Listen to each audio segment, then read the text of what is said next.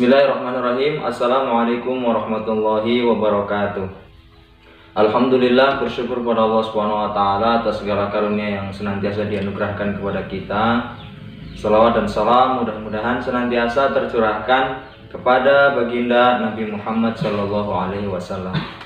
Pemirsa di mana saja Anda berada, kalau kita melacak sejarah pada zaman Nabi sallallahu alaihi wasallam dahulu, salah satu musuh yang paling membahayakan adalah orang-orang munafik. Karena orang-orang munafik ini kalau kita bilang itu plan. Jadi kalau sama A ngikut A dan setuju dengan A, dan ketika sedang kembali sama B dia setuju sama B. Jadi tidak punya pendirian yang teguh dalam hatinya. Ia tidak jelas apakah ia adalah orang Islam atau orang kafir. Sehingga terkadang ketika kekalahan yang menimpa umat muslim itu ketika perang itu, ya salah satunya adalah disebabkan oleh ulah dari kaum-kaum munafik ini. Jadi mereka ibarat musuh dalam selimut. Mereka dapat kapan saja menyerang umat Islam dari dalam pasukan umat muslim itu sendiri. Orang-orang munafik ini di akhirat kelak akan mendapatkan siksa yang sangat menghinakan, di mana mereka itu lebih hina daripada orang-orang yang kafir secara terang-terangan. Jadi kalau orang yang kafir, dia itu jelas dia itu bukan orang Islam, dia itu musuh Islam. Akan tapi jika orang orang munafik itu tidak jelas. Kalau sama umat muslim dia pro sama umat muslim, dia mendukung strategi atau dakwah umat muslim. Akan tapi ketika mereka kembali kepada pemimpin-pemimpin mereka, kaum musyrikin, orang-orang Yahudi, mereka ya kami bersama orang-orang Yahudi, kami bersama engkau para pemuka-pemuka Yahudi. Dalam Quran surat An-Nisa ayat 145 Allah Subhanahu wa taala berfirman, A'udzubillahi minasyaitonirrajim, innal munafiqina fid darkil asfali minan nar walan tajida lahum nasira. Jadi sesungguhnya orang-orang munafik ini kelak di hari kiamat akan ditempatkan pada tingkatan neraka yang paling bawah. Ibaratnya itu kalau bisa kita katakan orang-orang munafik ini akan tinggal di keraknya neraka.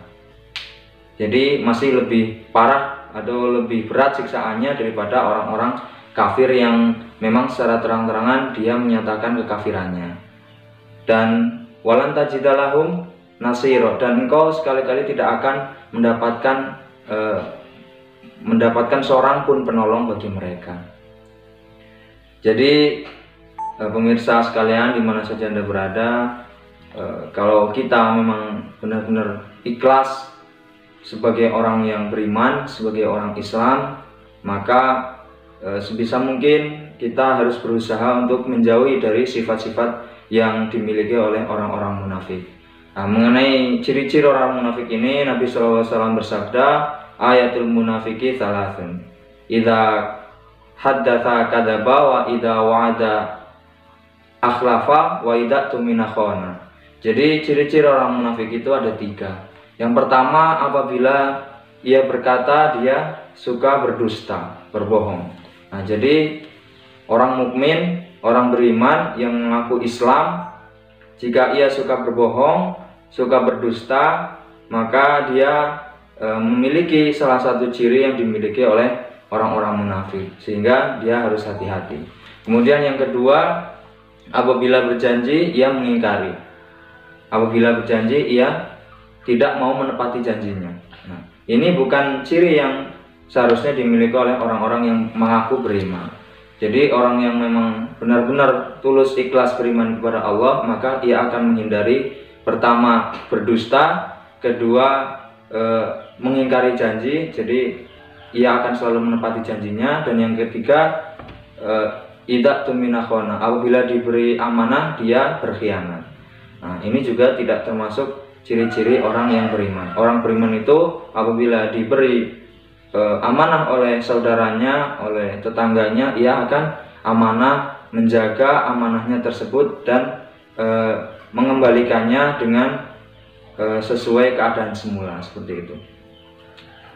Oleh karena itu, tentu sebagai orang beriman, kita semua ingin terhindar dari ciri-ciri orang munafik, atau kita ingin terhindar dari sifat yang dimiliki oleh orang-orang munafik. Nah, salah satu cara untuk menghindarkan diri kita dari sifat-sifat orang munafik, dari sifat-sifat nifak, adalah dengan memperbanyak sujud kepada Allah Subhanahu wa taala. Nabi SAW bersabda, "Man sholla lillahi arba'ina yawman fi jama'atin yudrikut takbiratal ula kutiba lahu bara'atan. Bara'atum minan nar wa bara'atum minan nifaq." Jadi barang siapa yang melaksanakan sholat karena Allah selama 40 hari berjamaah terus, ia selalu mendapati takbir yang pertama, yakni takbiratul ikram, maka ia akan akan terbebas dari dua hal. Yang pertama, ia terbebas dari siksa neraka, dan juga yang kedua, ia terbebas dari sifat nifak, sifat orang-orang munafik, yakni 3 yang disebutkan tadi. Apabila berkata berdusta, berjanji mengingkari, apabila diberi amanah, ia berkhianat. Atau mungkin masih banyak lagi sifat-sifat yang lainnya.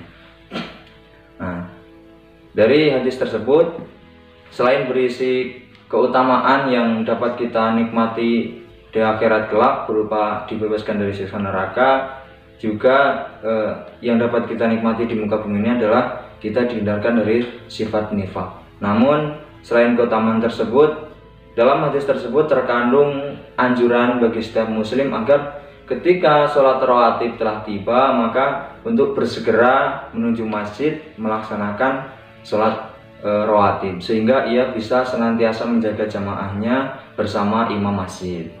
Nah, akan tetapi pemirsa sekalian, terkadang meskipun kita sudah berusaha untuk menjaga ibadah kita, berusaha menjaga sholat jamaah kita, namun setan itu tidak kalah akal untuk menggoda orang-orang yang ingin istiqomah di jalannya. Jadi semakin kita ingin memperbaiki diri, maka pasti akan diuji dengan godaan-godaan setan. Ya, tergantung apakah kita mau menuruti godaan tersebut atau akan kita lawan godaan-godaan tersebut. Nah, selain itu, sebagai orang yang beriman, jika ingin terhindar dari sifat nifak yang kami sebutkan tadi, maka kita harus senantiasa berusaha untuk berkata jujur, untuk menepati janji, untuk amanah apabila diberi amanah, dan tidak berbuat zalim ketika berselisih dengan saudara kita. Nah, mungkin itu yang dapat saya sampaikan. Mudah-mudahan kita menjadi golongan yang terhindar dari sifat-sifat nifak dan senantiasa berusaha untuk menjauhkan diri dari sifat-sifat tersebut. Mudah-mudahan yang singkat ini memberikan manfaat. Billahi taufiq wal hidayah. Wassalamualaikum warahmatullahi wabarakatuh.